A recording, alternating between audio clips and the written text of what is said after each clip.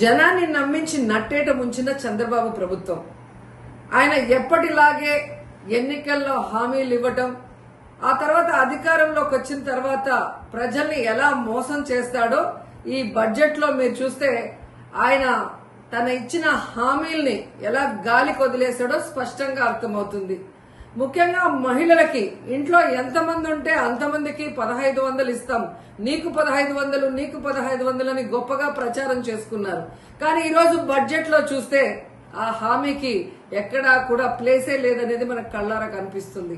అంతేకాకుండా ముఖ్యంగా నిరుద్యోగులకి ఉద్యోగ అవకాశం ఇస్తాము లేదా నిరుద్యోగ భృతి ఇస్తామని ఈరోజు నిరుద్యోగుల్ని ఏ విధంగా పంగనామాలు పెట్టారో మనం కళ్ళారా చూస్తున్నాం. అండ్ ఈరోజు మీరు చూస్తే ఉచిత బస్సు ప్రయాణాన్ని అందరికీ కూడా మహిళలకు ఇస్తామని చెప్పి ఆ ఊసే బడ్జెట్ లో లేకపోవడం అనేది దురదృష్టకరం. ఇక ముఖ్యంగా చదువుకున్న పిల్లలు వాళ్ళకి ఇచ్చే తల్లికి వందనం సో ప్రతి సంవత్సరం 12,400 కోట్లకు పైగా అవుతుంది. అంటే 2 సంవత్సరాలకి కలిపి 25,000 కోట్లు ఈరోజు బడ్జెట్ లో కేటాయించాల్సి ఉంటే కేవలం 9,400 కోట్లు మాత్రమే కేటాయించారు. ఎందుకు ఇది చెప్తున్నానంటే లాస్ట్ ఇయర్ కూడా ఇలాగే కేటాయించి ఏ విధంగా తల్లికి వందనం ఇవ్వకుండా మోసం చేశారో మళ్ళీ ఇప్పుడు అదే కేటాయించిందే కొంచెమైనా అది మళ్ళీ ఇవ్వకుండా మోసం చేయడానికి వీళ్ళు అంకెల గారడి ఎలా చేస్తున్నారో తల్లులు తెలుసుకోవాలని కూడా ఈ సందర్భంగా తెలియజేసుకుంటున్నాను.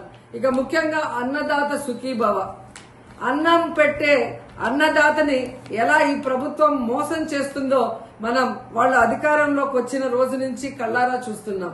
ఈ రోజు వాళ్ళకి 10,400 కోట్లకు పైగా కేటాయించాల్సి ఉంటే కేవలం 6,300 కోట్లు మాత్రమే కేటాయించారు. 2 సంవత్సరాలకి కలిపి 21,000 కోట్లు ఇవ్వాలి అన్నదాతలకి. కానీ ఇప్పటి వరకు ఒక పైసా కూడా ఇవ్వకుండా వారి నడ్డి ఎలా విరిచారో మనం కళ్ళారా చూస్తున్నాం. ఇక మీరు చూస్తే డ్వాక్రా మహిళలకి ఈ బడ్జెట్ ఎలా టోక్రా ఇచ్చిందో అందరూ కూడా చూసి ఏడుస్తున్నారు.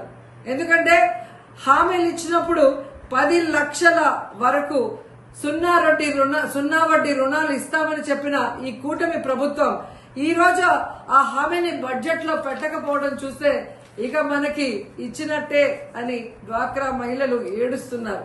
ఎందుకంటే ప్రతి కుటుంబంలో ఒక మహిళ డ్వాక్రా గ్రూప్ లో ఉంటుంది.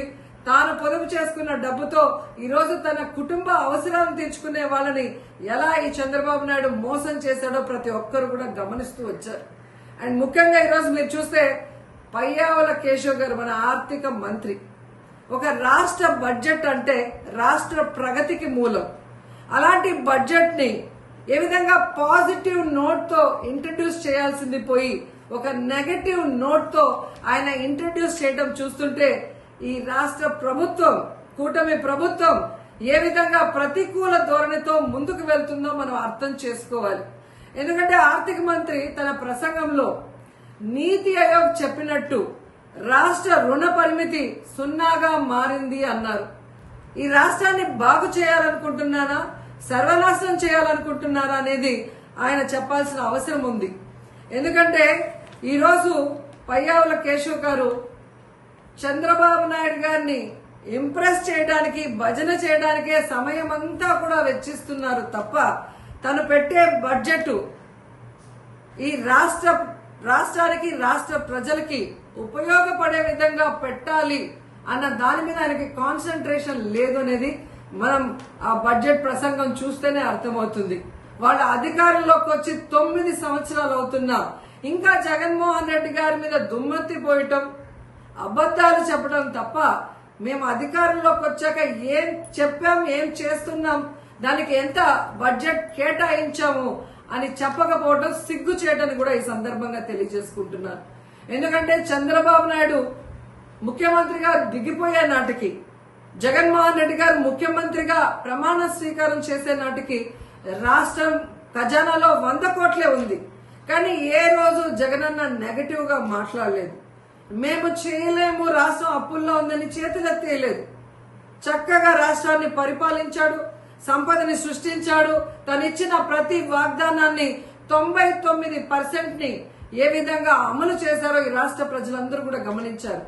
కానీ మీరు నేను కేంద్రంలో చక్రం తిప్పాను, నాకు ఇన్ని సంవత్సరాల అనుభవం ఉంది, విజన్ ఉంది, విస్తరాకుల కట్టుంది అని చెప్పిన మీరు రాష్ట్రంలో ఎన్ని అప్పులు ఉన్నాయి, రేపు అధికారంలోకి వస్తే ఏం చేయగలము, ఎంత చేయగలము అని తెలీదా? తెలియకుండానే మీరు హామీలు ఇచ్చారా? అంటే ప్రజల్ని మోసం చేయడానికి ఎంత దూరమైనా వెళ్తారా? ఈ రాష్ట్రంలో జగన్మోహన్ రెడ్డి చేసిన అప్పులు చాలా తక్కువ.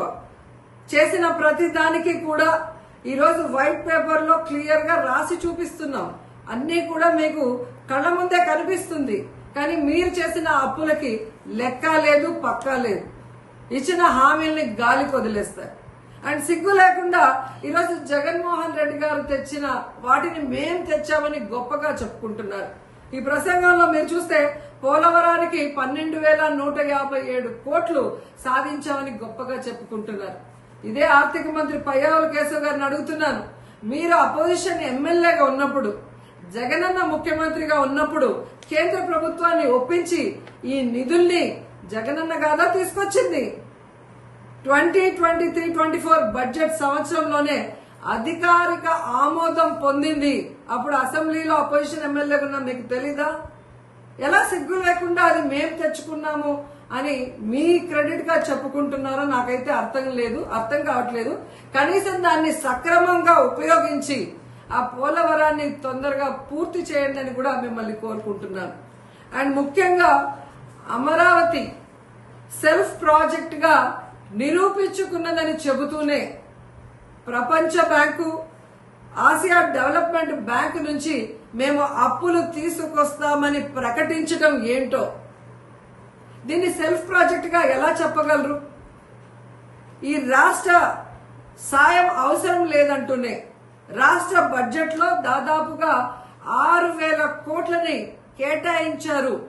ఈరోజు మీరు ప్రవేశపెట్టిన దాంట్లోనే మనం చూస్తే, అంటే ఎవరిని మోసం చేయాలని?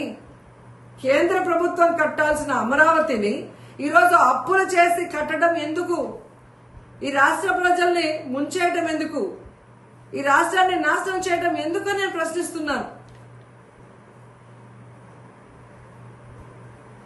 సో ప్రజలు గమనిస్తున్నారు, మాకు అనుభవం ఉంది, ఓటేయండి, మీకు అది చేస్తాం ఇది చేస్తామని ఈరోజు అన్ని వర్గాల వారిని, మహిళల్ని, నిరుద్యోగుల్ని, రైతుల్ని, విద్యార్థుల్ని, తల్లుల్ని ఏ విధంగా మోసం చేశారో ఈ రాష్ట్ర ప్రజలు గమనిస్తున్నారు. ఇంతవరకు అమాయక ప్రజల్ని మోసం చేయడమే కాకుండా ఈరోజు చదువుకున్న వాళ్ళని కూడా అంకెల గారడితో ఎలా మోసం చేస్తూ మీరు దాచుకుంటున్నారో కూడా యువత గమనిస్తోంది. ఖచ్చితంగా మిమ్మల్ని తరిమి కొడుతుందని కూడా ఈ సందర్భంగా తెలియజేసుకుంటున్నాం. మరిన్ని వీడియోస్ కోసం ఛానల్ ని సబ్స్క్రైబ్ చేయండి. లేటెస్ట్ అప్డేట్స్ కోసం వాట్సాప్ ఛానల్ ని ఫాలో అవ్వండి. ఆ లింక్ డిస్క్రిప్షన్ లో ఉంది.